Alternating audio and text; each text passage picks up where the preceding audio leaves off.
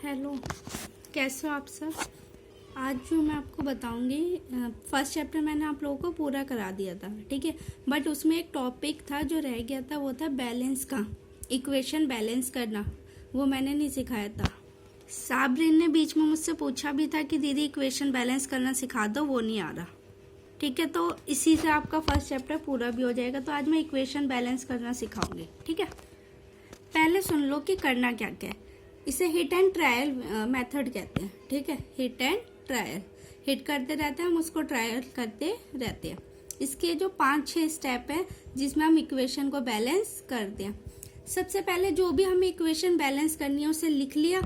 लिखने के बाद उसको एक बॉक्स बनाकर लिख दिया, ठीक है। जैसे Fe, H2O, इनको मैंने बॉक्स में बना दिया। ये इसकी फर्स्ट स्टेप है, ठीक है। तो फर्स्ट स्टेप में इक्वेशन बैलेंस करने में क्या करना है आप लोगों को, जो भी इक्वेशन है उसे लिखकर उसका बॉक्स बना लेना है। अलग अलग एलिमेंट का अलग अलग बॉक्स बनेगा। सेकंड में count the number of each element. देखो एलिमेंट अलग अलग है, जैसे F एक एलिमेंट है, H एक एलिमेंट है, O अलग एलिमेंट है। इनके अपने अपने एलिमेंट्स को अलग करना है, ठीक है। ये देखो जितने भी एलिमेंट्स है इसमें, जैसे इसकी एक टेबल बना ली मैंने, ठीक है। जैसे हिंदी में तत्व, अभिकारक, उत्पादक, ठीक है। एलिमेंट, रेसिडेंस एंड प्रोडक्ट्स, ठीक है। Fe, अब देखो बैलेंस से पहले कितनी थी, यहाँ पे कितनी है, राइट में इसको लेफ्ट साइड में Fe कितनी है 1, राइट साइड में देखो कितनी है 3। तो वही लिखा, लेफ्ट साइड में कितनी है 1, राइट साइड में 3। ऐसी H, इसमें देखो H कितनी है 2 लेफ्ट में, राइट साइड में देखेंगे तो H की 2, तो दोनों 2 हैं, तो बोथ साइड 2, ठीक है। अब देखते हैं O देखो इधर 1 एलिमेंट, ठीक है, एटॉमिक नंबर इसका, और दूसरी साइड इसका है 4। तो वही मैंने इधर लिख लिया 1 और 4। इसका मतलब बोथ साइड, ठीक है, जितने भी एलिमेंट्स है और उनके एटॉमिक नंबर है वो मैंने लिख दिए। अब देखो कोई भी इक्वेशन बैलेंस जब मानी जाती है जब लेफ्ट साइड और राइट साइड दोनों एटॉमिक नंबर सेम हो। इसमें सेम किसकी, अभी तक सिर्फ H की। इसका मतलब इस पूरी इक्वेशन में सिर्फ H बैलेंस है, बाकी सब इनबैलेंस है। इससे हमें पता चलता है कि हमें क्या क्या बैलेंस करना है, ठीक है। ये है इसका सेकेंड स्टेप। थर्ड स्टेप सुन लो, बाद में मैं करके दिखाऊंगी, ठीक है। Equals the number of atoms of element, ठीक है। अब हमें इसे इक्वल करना है, बोथ साइड जो है इक्वल आनी चाहिए। जैसे H की है, दोनों साइड 2-2। अब एलिमेंट्स को हमें अगर बैलेंस करना है तो शुरुआत किससे करेंगे, देखो Fe भी अनबैलेंस है और ऑक्सीजन भी इनबैलेंस है। इसे बैलेंस करने की शुरुआत करते हैं जो एलिमेंट में एटॉमिक नंबर सबसे ज्यादा हो। इसमें सबसे ज्यादा किसकी है 4।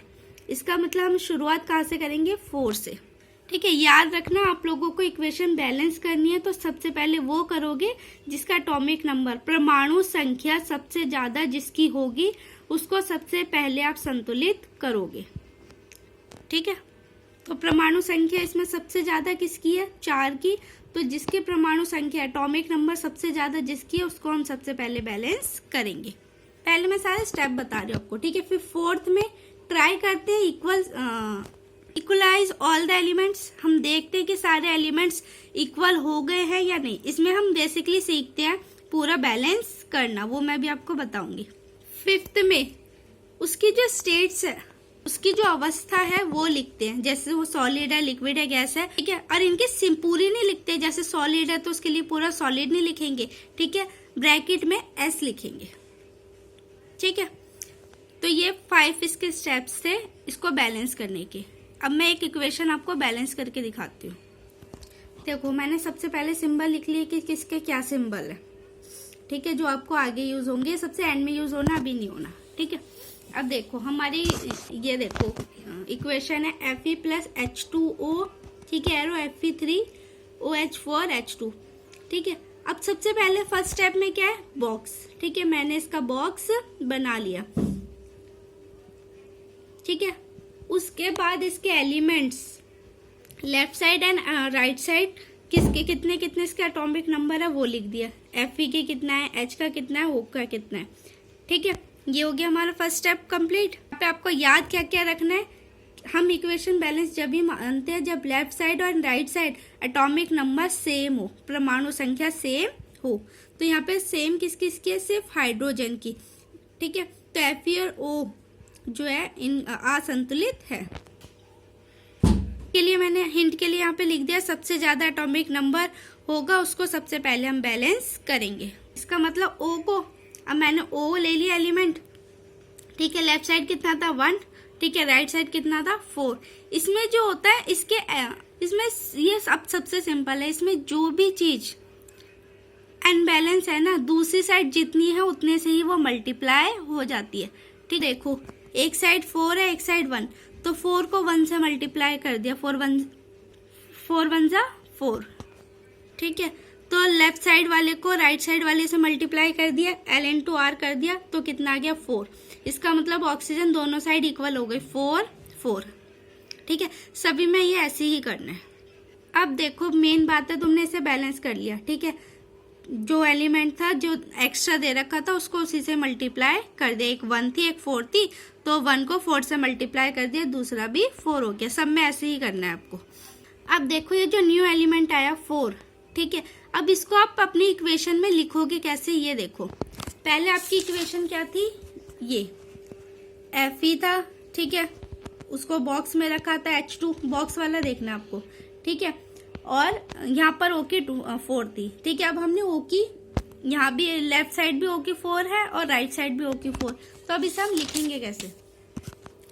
देखो ब्रैकेट बनाया था, तो हम जो ब्रैकेट के अंदर है उसके साथ कोई छेड़खानी नहीं करेंगे। जो नया एलिमेंट जुड़ेगा, ठीक है, या जो एटॉमिक नंबर जुड़ेगा वो ब्रैकेट के बाहर जुड़ेगा। तो देखो 4 मैंने ब्रैकेट के बाहर लिखा है। ठीक है, अब देखो इसके हमने ऑक्सीजन को बैलेंस कर लिया, बट ऑक्सीजन को बैलेंस करने के चक्कर में हमारी जो हाइड्रोजन है, ठीक है, वो अनबैलेंस हो गई है। क्योंकि अब देखेंगे तो हाइड्रोजन कितनी होगी, 4 को 2 से गुणा किया, 4 दूनी 8। ठीक है, अब ये कितनी हो गई 8। पहले इसके एटॉमिक नंबर 2 थी, बट अब इसकी एटॉमिक नंबर क्योंकि हमने आगे 4 लगा दिया इसलिए 8 हो गई है। इसका मतलब हमें हाइड्रोजन को भी बैलेंस करना पड़ेगा। न्यू एलिमेंट्स क्या जोड़ा था हमने 4, और पहले कितना था 2, वही 4 को 2 से गुणा कर देंगे तो दूसरी साइड भी आ जाएगा 8। ठीक है, इसका मतलब दूसरी साइड भी, इसमें कुछ नहीं करना, बस दूसरी साइड भी आपको 4 ऐड कर देना है। देखो अब लिस्ट को कैसे लिखेंगे, जो हमारा अब आया 4,